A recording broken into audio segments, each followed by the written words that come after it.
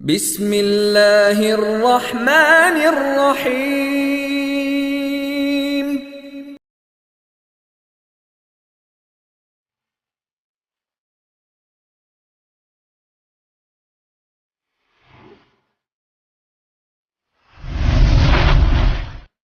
وَلَقَدْ أَرْسَلْنَا رُسُلًا مِّن قَبْلِكَ وَجَعَلْنَا لَهُمْ أَزْوَاجًا وَذُرِّيَّةً وَمَا كَانَ لِرَسُولٍ أَن يَأْتِيَ بِآيَةٍ إِلَّا بِإِذْنِ اللَّهِ لِكُلِّ أَجَلٍ كِتَابٌ۔ 12 بیویاں تھیں، اور ہم آپ کو بتا دیں یہ ہمارے نبی کی خصوصیتوں میں سے خصوصیت۔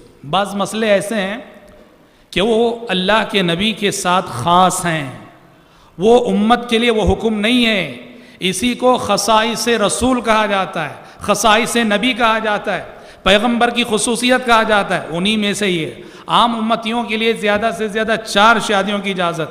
ایک شخص اپنی زوجیت میں بیک وقت 4 بیویوں کو رکھ سکتا ہے، اس سے زائد نہیں، پر نبی کریم صلی اللہ علیہ وسلم کی خصوصیت تھی کہ آپ 4 سے زائد کر سکتے تھے۔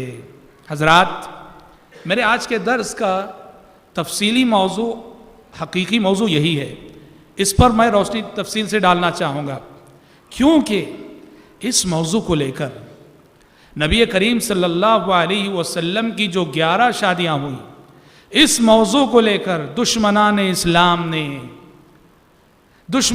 اسلام نے بہت زیادہ زہر پھیلایا ہے، بہت زیادہ نبی کریم صلی اللہ علیہ وسلم کی عزت و آبرو سے کھلواڑ کرنے کی کوشش کی ہے، نعوذ باللہ، آپ کی شخصیت پر کیچڑ اچھالا ہے۔ آپ کو معلوم ہے 20ویں صدی عیسوی کے آغاز میں آریہ سماج کے ایک گستاخ نے کتاب لکھی تھی اس موضوع کو لے کر، اور اس موضوع پر اس نے جو کتاب لکھی، اس کتاب کا اس نے نام رکھا تھا، اللہ معاف کرے ہم وہ نام اپنی زبان سے لے رہے ہیں، اس نے اپنی کتاب کا نام رکھا تھا رنگیلا رسول، نعوذ باللہ۔ اس گستاخ کا جواب دیا تھا مناظر اسلام شیخ الاسلام مولانا ابو الوفا ثناء اللہ امرتسری رحمۃ اللہ علیہ نے، جنہیں ہندوستان کا ابن تیمیہ کہا گیا۔ مولانا ثناء اللہ امرتسری رحمۃ اللہ علیہ نے رنگیلا رسول کے جواب میں کتاب لکھی مقدس رسول، جس میں انہوں نے آریہ سماج کے اس گستاخ نے پیارے نبی کی 11 شادیوں کو لے کر جو اعتراضات کیے تھے، سب کے بڑے اطمینان بخش جوابات مولانا ثناء اللہ امرتسری رحمۃ اللہ علیہ نے دیے۔ اور میں بڑی معذرت کے ساتھ آپ سے عرض کرنا چاہتا ہوں کہ اس موضوع پر گفتگو میں کرنے جا رہا ہوں، اور گفتگو ناگزیر ہے، ضروری ہے۔ کیوں ضروری ہے؟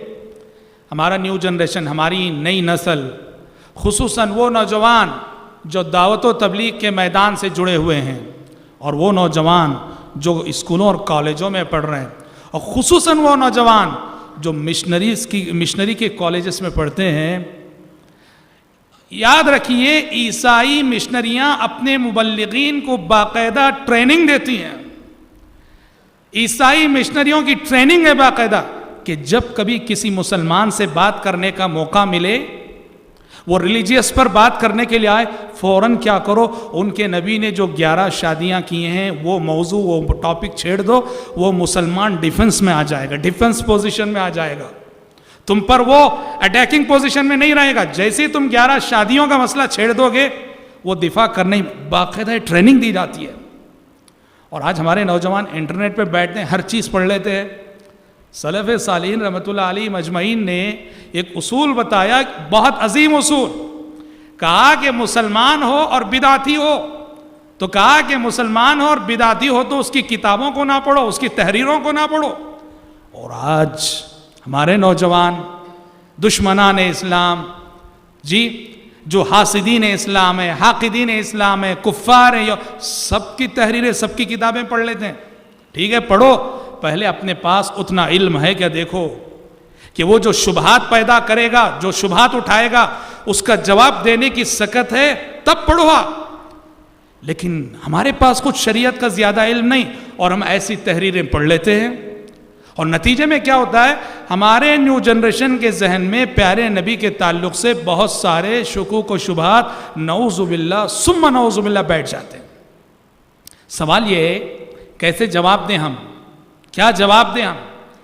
پیارے نبی نے جو 11 شادیاں کی، نعوذ باللہ ثم نعوذ باللہ، یہ دشمنان اسلام کہتے ہیں کہ یہ ہوس پرستی تھی، نفسانی خواہشات کا غلبہ تھا، نعوذ باللہ۔ کیسے جواب دیں گے آپ؟ حضرات، اس سلسلے میں دشمنوں نے جو بھی کہا، جتنا بھی کہا، سب کا ایک ہی جواب ہے، اور وہ جواب ام المومنین خدیجہ رضی اللہ عنہا سے آپ کا جو نکاح ہوا، بس اس پہ غور کر لیجئے۔ پیارے نبی کی پاک دامنی، آپ کا اعلیٰ کردار، آپ کے اعلیٰ اخلاق اور آپ کی باطن کی صفائی واضح ہو جائے گی۔ وہ کیسے؟ آپ کو معلوم ہے مائی خدیجہ رضی اللہ عنہا جو آپ کی پہلی بیوی تھی نبی کریم صلی اللہ علیہ وسلم کی، ہم سب جانتے ہیں خدیجہ رضی اللہ عنہا بیوہ تھی آپ صلی اللہ علیہ وسلم کی جبکہ پہلی شادی۔ جو پیغمبر، جو رسول اپنی پہلی نکاح، پہلی شادی کے لیے ایک بیوہ عورت کا انتخاب کرے، ایسے پیغمبر کو نعوذ باللہ شہوت پرستی کا الزام دینا کتنا بڑا انصاف کا خون ہے۔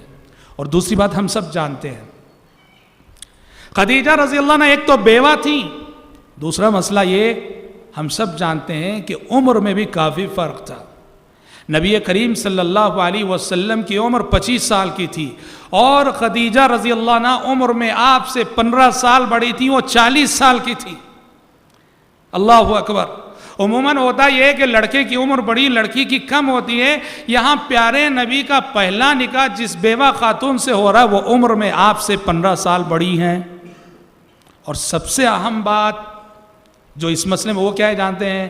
سب سے اہم بات یہ ہے اور یہی اصل جواب ہے کہ جب تک خدیجہ رضی اللہ عنہا زندہ رہیں، پیارے نبی نے کوئی دوسرا نکاح، کوئی دوسری شادی نہیں کی۔